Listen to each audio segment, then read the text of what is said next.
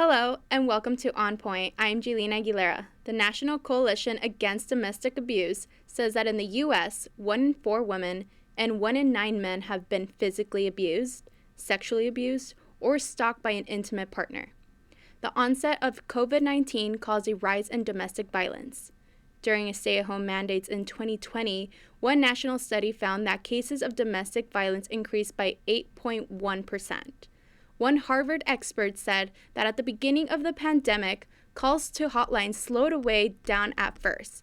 But because many people on the receiving end of abuse didn't have a safe private place to make the call. There's a common belief that domestic violence cases rise during the holiday season. Some organizations say there's not much evidence for an increase over a whole month, but there is one study that suggests domestic violence spikes on some days like New Year's and Memorial Day, while on other holidays there are fewer domestic violence incidents like Christmas and Thanksgiving. Overall, the best evidence is that domestic violence is an ongoing issue no matter the time of year. Domestic violence does not only impact partners. Children are often considered as hidden victims. Studies have estimated 10 million children witness domestic abuse each year. If you need help with domestic violence, LA County offers a hotline you can call. Here's the number, 1-800-978-3600. For our national hotline, you can text START to 88788. But how do you know when to ask for help? And what resources are available in LA County? And is the rise to the holiday cases just a myth? On Point's Victor Bretado has more. Thank you, Jaylene. And now for our guest, we have Ms. Shannon Carter, who is an assistant city attorney for the city of Burbank, and Ms. Christine Ramos, who works at the Family Service Center in Burbank. Thank you guys for coming today. Good to be here. For the first question that I wanted to ask you guys, well, either one of you can answer this. What exactly is domestic violence, and what can you guys tell from it? Chris, do you want to cover that, and then I'll go over the legal definition? Sure. Well, in general terms, what we would use as a definition for that would be the intentional use of abusive behaviors to exert power and control over an intimate partner. Yeah, so in the legal world, we would use specific penal code sections that we would designate as domestic violence. Penal code sections 243E1 and 273.5 are our main domestic violence abuse statutes that we file cases under. But there's some associated ones also, like 273AB and AA, which are child abuse. 591.5, which is interfering with a wireless device to call police, vandalism, 594. So it would all have to be something that fit under the code. But primarily, we're looking for the relationship between the two people to designate it as a domestic violence case. For you, Ms. Shannon Carter, when you talk about either child abuse and how you define all the different codes, what is the most common one that you see, that you have to work on? Yeah, I would probably say for domestic violence, it'd be 243E1. So that's what we refer to as a domestic battery. I always clarify that one as a harmful or offensive touching between two people in a qualifying relationship. That relationship can be dating, married, used to date, so they could be exes, used to be married, so divorce, sharing a child in common, or having an ongoing sexual relationship. And then for you, Miss Christine Ramos, how often do you see exactly what she said, like the marriage part where they come in asking for trouble, like problems to fix it and whatnot? Probably, I would say weekly if it's a couple, probably, and then daily for single individual people calling for assistance. Very daily? Mm-hmm. Okay. We have a survivor of abuse here, and we're going to play a sound by Danah Jenise, and she speaks about her past trauma with abuse. So as early as 3 years old, I can remember my abuse starting. So what didn't I remember before that child, we don't know, but a lot of our abusers are often people we know. So I grew up in a community that said, what happens in my house stays in my house kind of thing. And when you're a child, you don't understand that doesn't apply to every context. So I grew up in a house being abused with three other people that were going through the same thing, but we didn't find out till 15 years later because of what happens in my house stays in my house. So what was happening in each of our bedrooms, we never talked about. So I just want to add on to what she said, where she said, what stays in the house, you can't obviously say it outside of work. How often is it where people are scared to come out, and why are they so scared to come out and talk about their abuse stories? I would say typically most people are fearful of talking about it for multiple reasons. One, that they're just afraid of their partner, which is often a real concern. Also fear of being judged, fear once you keep a secret, it's hard to come out and tell the secret, right? So I think a lot of it, unfortunately, has to do with secret keeping, and the inability to talk about things that are going on in your home, in a place you should be safe. Yeah, I would add on to that shame can be a big part of it. Unfortunately, a lot of people who are in a domestically violent relationship get convinced by their partner that they're the problem and that they're to blame. So they take blame on themselves when something happens, and either they don't express it because they think it's their fault, or maybe they realize that this is abuse. And now they don't want to say, oh, this relationship I've been in for 3 years was abusive and I never said anything. I'm such a weak person for not coming forward 2 years ago or 1 year ago. So shame can be a big part of it. Financial dependence can be one of the reasons people don't say anything. This person is the main financial provider for me or for my family or for both of us. If they leave, I'm out on the streets. So what's better, living in my home with someone who is paying to help me live there and occasionally abuses me, or is it better to be homeless? And that fear of what's going to happen if I can't pay the bills because they're not there can also cause people not to report. For you, Miss Carter, for the cases that you worked with, what would happen if a survivor is in the process of filing a case and has to come to you saying their abuser is threatening them and they might be in danger? What actions would you take, or what actions need to be taken in that situation? So I just want to clarify first that my office doesn't file cases on behalf of victims. We don't directly represent victims themselves because we're criminal prosecution. So those victims report a crime to the police, and then the police refer the case to us, and then we decide whether to file based on that. So it's fairly common that something will happen, people will call the police, and there will be enough evidence to find that this person committed domestic violence, but the victim doesn't want to move forward. It's not their decision, so we'll move forward anyway. But I think what you're asking is after we filed a case and the victim calls me and says, I'm being threatened, what do I do? Typically, my very first thing is please call the police. So I am encouraging the victim to call the police anytime they're afraid, anytime they're being threatened, that type of thing, so that we can get an immediate response out there to help them. Sometimes officers will agree to do additional patrols around an area where a victim is concerned that the defendant might be surveilling her. Typically our victims are female. Or they'll come out if it's a current ongoing emergency where he's knocking at someone's door or whatever, they'll respond immediately. So my biggest thing is to refer them to the police. If it's not in immediate emergency, what I would probably do is seek to get a criminal protective order for that victim. So that's a restraining order that prevents the defendant from contacting the victim at all, electronically, in person, over social media, letters, none of that. And it also prevents the defendant from coming within 100 yards of that victim's house. At the Family Service Agency, Ms. Ramos, she said most of our victims are female. And I know some males also go through this and they're scared to come out as well. When it comes to like adding how she said where they're scared to be homeless instead of providing for the family, why do you think males are scared to come out and say they're being domestically abused? I would say stigma and shame. how often do you see males come in instead of women coming to you guys? Much less often. Are there any like similarities you see between partners or children, the way they act around you guys, or? Again, I think both have a certain amount of shame that they're dealing with, and when they come in here, they're looking for resources and support services, and then that's what we seek to provide them with. In general, when somebody initially comes in, we're looking to help them develop a safety plan if they're in danger.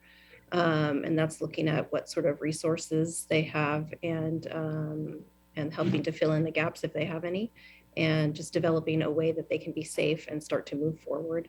And some of that is helping with restraining orders and finding shelters and just assessing what we can do to help them be as safe as possible.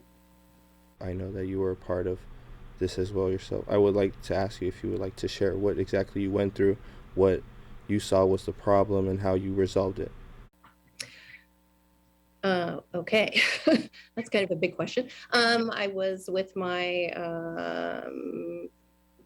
ex-husband, I guess, for 16 years. We had 3 children.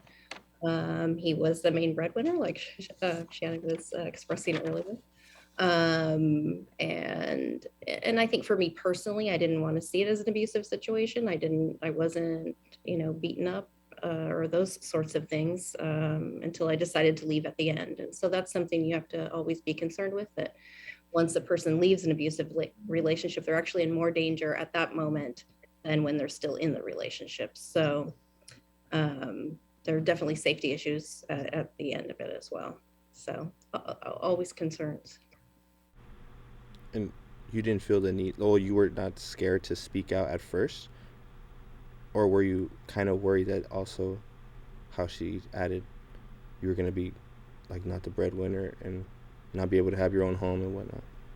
Sure, that was part of it. I mean, also I didn't want my kids to be in a split home, those kinds of things I think were, paramount in my mind. My parents were divorced. I didn't want my children to be in a divorced home.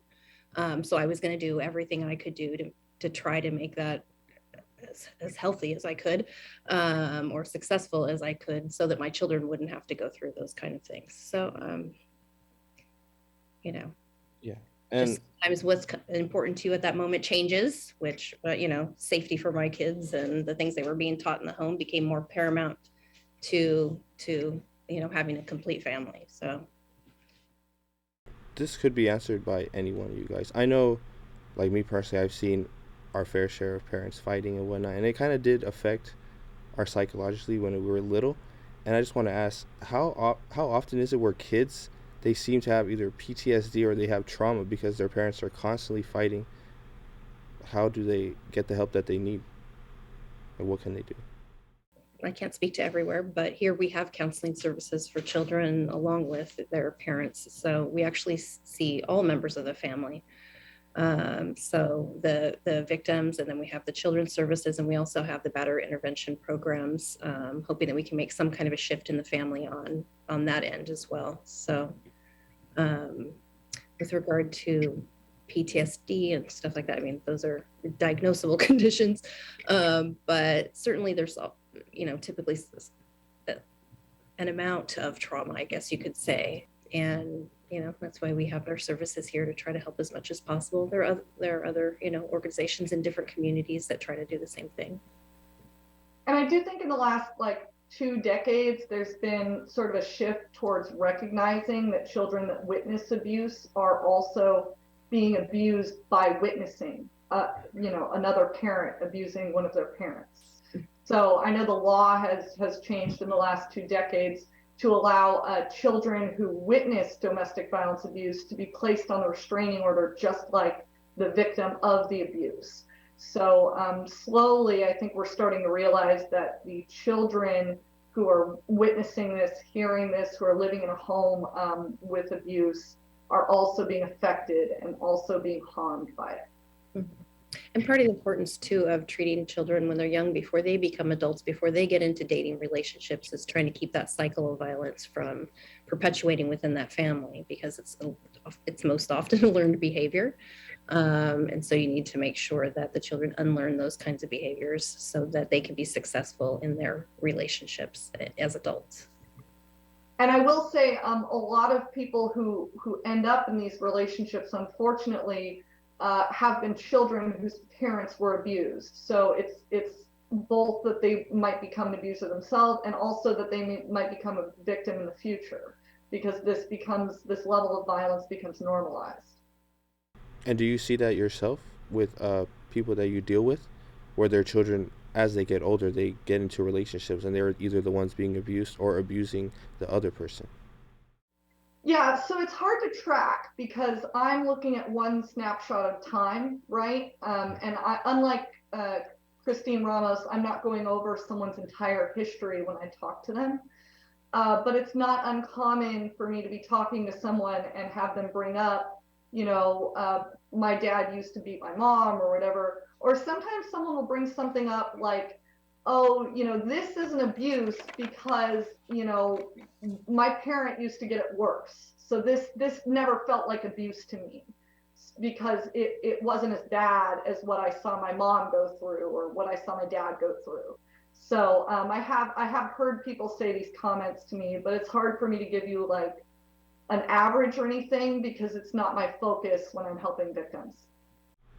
I understand. I know that the service agency does have therapy sessions and we can help out the people. Yeah. We had a person that we interviewed, Brianna Michelle, where she talked about the importance of having more than therapy. Innovative therapy is not always just talking to a therapist for the rest of your life. It's like, let's come together as survivors. Let's go bowling. Let's go pole dancing to fall in love with our bodies again. Let's do boxing classes to let out a lot of energy. Let's go eat together. Let's empower each other, see where we are, how we can connect, and how we can help each other continue to heal and continue to thrive. So, what would you say to that? Is that necessarily helpful, and how helpful can it actually be instead of just going to therapy and talking to one person? Actually, I think a peer support group is the most effective intervention because oftentimes when a victim, I can just say survivor usually, but if a victim tries to speak to, their mom, their friend, or whomever about the situation, they might not quite understand what's happened in the relationship, and it's easier for them to kind of process what's gone on with other people who've been in a similar situation. And then in the peer group model, there are people that have, been out of the relationship for a long time. And so the newer people to the support group can benefit from the learning that other people, have gained through their healing process. So it's a very important portion of it. Is there a certain similarity when it comes to domestic abuse in terms of either ethnic background or no, affects everyone equally. I would definitely echo that. We do have underreporting problems in certain communities. I know the LGBTQ plus community has an underreporting problem that I've read in research, and we do have less reports from male victims, but it spans the gamut. I've had people from all walks of life, even people you wouldn't think could end up here. I've had very wealthy, very educated white victims that that you don't normally expect, but anybody can be a victim of domestic abuse. During the holiday season, which is coming up now, more families are spent together to celebrate, the holidays. And there's been a myth going around that I've seen online and where it says there's an increase in domestic abuse because they spend so much more time together. Do you guys see any cases rise during the holiday season? Yes. Yeah. Sorry to jump in, Chris. We see a spike, during the holidays. And I would say it's less because people are spending time together and more because holidays are very stressful. We all love spending time with loved ones, but there's a lot of pressure around the holidays to get together with people that you don't normally see. And there's a lot of pressure that you have to be at a certain place at a certain time, and you have to, present well to family members. Sometimes families getting together who haven't seen each other in a while, there'll be more sort of extended family members who haven't seen what's been going on will report something for like child abuse type cases. They'll report something because they've finally seen this child after 9 months or 12 months and realize that there's something going on. So we definitely see a spike in cases. There's also more alcohol use and more drug use around the holidays. So we do see a spike in cases during those times, yeah. You add in the drug and alcohol use. Why would you say that they use alcohol or drugs or even stronger sometimes things, substances, to get away from what they feel and how they feel about it? Like they abuse alcohol or they abuse their drugs and they keep taking them. So I don't want to, open up a whole can of worms about how alcohol and drug addiction interplays with domestic violence. I think I was just kind of alluding to the fact that, around the holidays, people tend to be celebrating, so they drink alcohol. Not always in addiction. It's not always that, but sometimes lowering those inhibitions can lead to more things happening that might not otherwise happen. So, and like I said, it's more stressful. So people who do rely on those substances to alleviate stress might be relying on them more, and then that could lead to more problems. So, I think it's a contributing factor to why we see more cases around the holidays. For Miss Christine, have you seen at any of the sessions there where the abuser themselves actually changed, or they got back together with them and they seem to have they live better together now since they've been to therapy? And if so, how so? Yeah, I wouldn't say that it is often, but yes. I mean, the batterers intervention programs are good at helping to extinguish what you would say illegal behaviors, but not all behaviors. So. And do they usually end up going back, or why do they go back for that matter? Well, the average returning to a batterer after someone has left is 7 times. And it's a variety of reasons. It could be economic, it could be just the dynamics of the relationship, hope, right? Hoping that the partner who's come back to you saying that they're going to do better, they're going to be better, they're going to be a better parent, those kind of things. And you just have hope that that's going to be a reality. So. How much do you guys listen to the people that talk to you guys? For example, if someone, like when they come in asking for help and they say, oh, it's an emergency, or it's really like something I can't talk to, or I need to talk to somebody in private, do you personally talk to them, or it's more so people that you work with, like in therapy sessions instead of you? Oh, no, we talk to people all the time. About the cases? Yeah, people, they can walk in, they call us, Yeah, I would say the same thing. A lot of times I'm a little bit rushed because I primarily talk to people at court. So I will talk to them in the hallway of court, or even sometimes in the audience, and kind of give them a rundown, let them know what their rights are, explain what's going on with the case, what's going to happen with the legal process from here, the restraining order, what's happening there, and that type of thing. And then I always give them my contact info. Sometimes I'll have a follow-up meeting with them if they're interested. So I'm always available for additional follow-up meetings. And then anyone that tells me that they want to remain updated about the case, because victims in criminal cases have a statutory right to be updated about what's happening with their cases, I will update them after every court date. So I usually do like a check-in every couple months whenever there's a new court date, and just let them know what's going on and that kind of thing. But it's very dependent on how much that victim wants to be contacted. So there are some people I'll contact and they'll say, great, thanks for the update, I'll talk to you in January or whatever. And some people will call me every week and let me know, hey, this is what's happening, I just wanted to let you know. And then I make a note in my file, and if it's relevant to the case, I'll disclose it to the defense. If it's just, hey, I wanted to let you know that I'm feeling much better and I've been going into therapy, I say, great, and I put a note in the file. It really just depends on how much people want to be contacted. In your experience handling these cases, does wage seem to play a part in why they're being abused, or is it a reason why they seem to be fighting, like during court? Or wage as in like how much they make? Yes. It's not easy for me to tell. I don't know how much money people are making. So, you know, I really don't know. I only know when someone's an affluent person when they tell me, or when they post a significant amount of bail. And then I know that they had enough money to post $100,000 bail or whatever.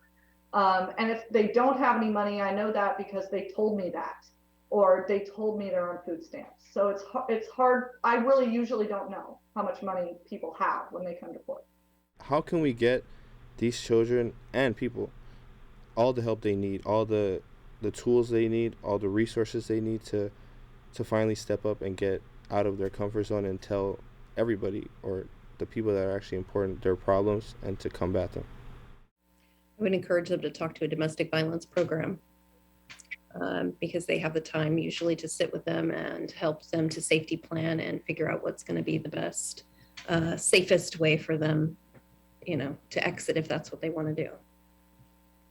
I think the key is patience and lack of judgment. So, you know, it's easy for us on the outside to say, why are you with that person?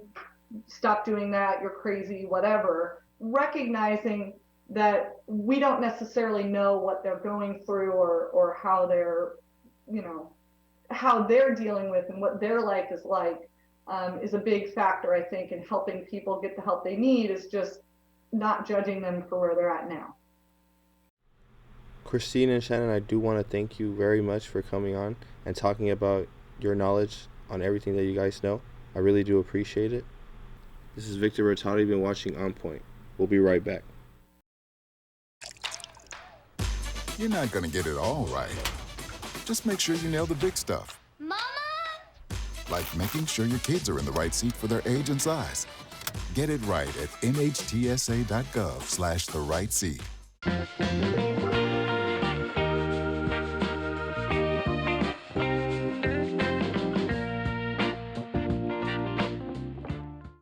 There are almost 6 million military and veteran caregivers across the nation.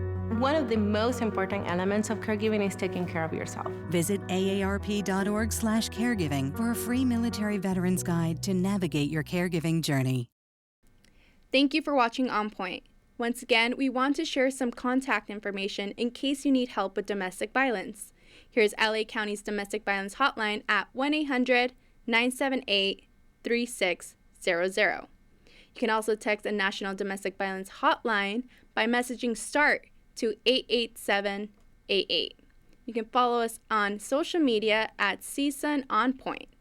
You can hear us at KCSN 88.5 FM on Sunday mornings at 5:30. You can watch us on LA 36 and Santa Clarita Valley Television. For all of us here On Point, I'm Jenise Aguilera.